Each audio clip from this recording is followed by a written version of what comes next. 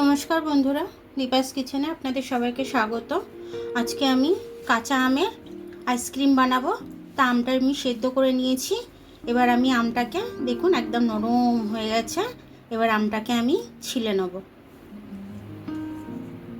ছিলে নিয়ে এবার আমি আইসক্রিমটা বানাবো। আটিটা বের করে নিলাম। এবার এটা ভাবছি একবার মিক্সিতে দিয়ে দিই।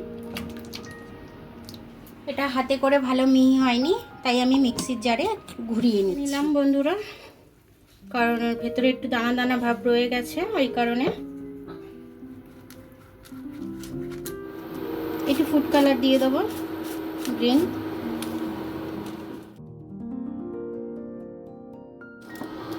চিনি তো দিতেই লাগবে, চিনি দিয়ে দিলাম। কাঁচা আম তো ভালোই টক হবে, ওই জন্য একটু বেশি করে চিনি দিলাম।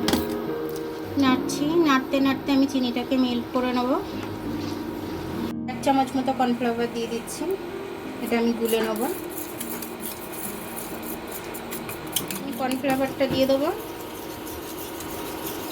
কর্নফ্লাওয়ারটা একটু গুলিয়ে নিই, তলায় বসে যায় তো, তার জন্য কর্নফ্লাওয়ারটা দিয়ে দিচ্ছি।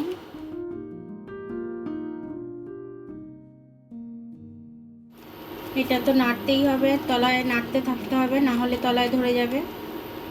তার জন্য নেড়ে যাচ্ছি আমি।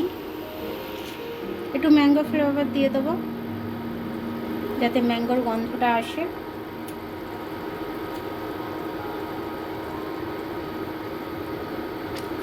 বাহ, দারুণ গন্ধ ছাড়ছে।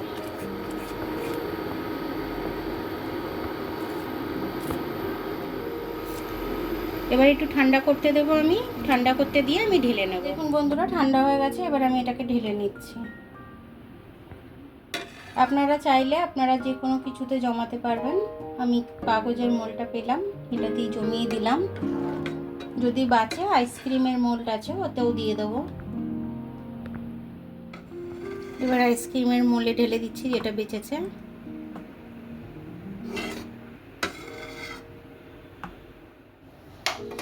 তো বন্ধুরা, এবার আমি এটা ফ্রিজে ঠান্ডা করতে দেব।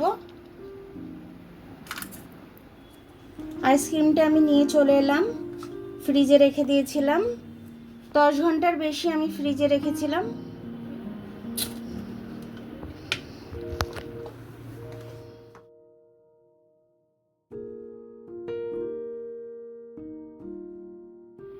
দেখুন বন্ধুরা, আমার কাঁচা আমের আইসক্রিমটা হয়ে গেছে। তো সবটা বের করতে পারিনি, 3টে বের করতে পেরেছি, 3টেই দেখাচ্ছি আমি। এটা খেতে কিন্তু খুব সুন্দর হয়েছে। আমি কাপে আরও জমিয়েছিলাম, সেগুলো আমি খেয়েছি, খেয়ে দেখেছি খুব ভালো হয়েছে। আমাদের বাড়িতে আরও বাচ্চা আছে, তাদেরকেও দিয়েছিলাম, তারাও খেয়েছে, খেয়ে ভালোই বলেছে। গরমকালে এরকম ঠান্ডা ঠান্ডা আইসক্রিম কে না ভালোবাসে বলুন। দোকানের থেকে বেশি হেলদিও এটা। আমার ভিডিওটা দেখার জন্য ধন্যবাদ।